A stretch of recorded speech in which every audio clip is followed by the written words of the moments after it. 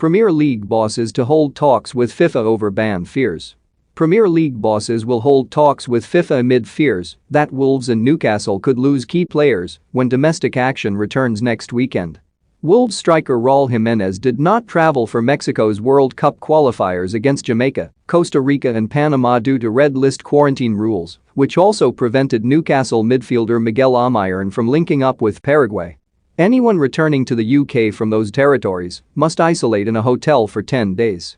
Jimenez may miss Wolves' trip to Watford on September 11 if FIFA invoke their 5-day ban, applicable when clubs do not release selected players. Yet Sportsmail understands league chiefs will attempt to intervene to ensure there are no suspensions handed to players. Both they and FIFA understand the unique difficulties of the pandemic and are keen to find an amicable solution.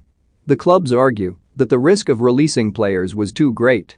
Had Jimenez, for example, accepted the call-up, he would not have been cleared to return to Wolves until after Mexico's game in Panama in the early hours of November 9.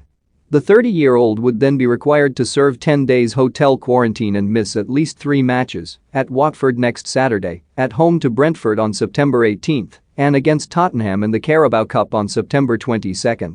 Though Jimenez would be clear of quarantine for the Spurs game, he would not have trained for 10 days and would therefore lack fitness.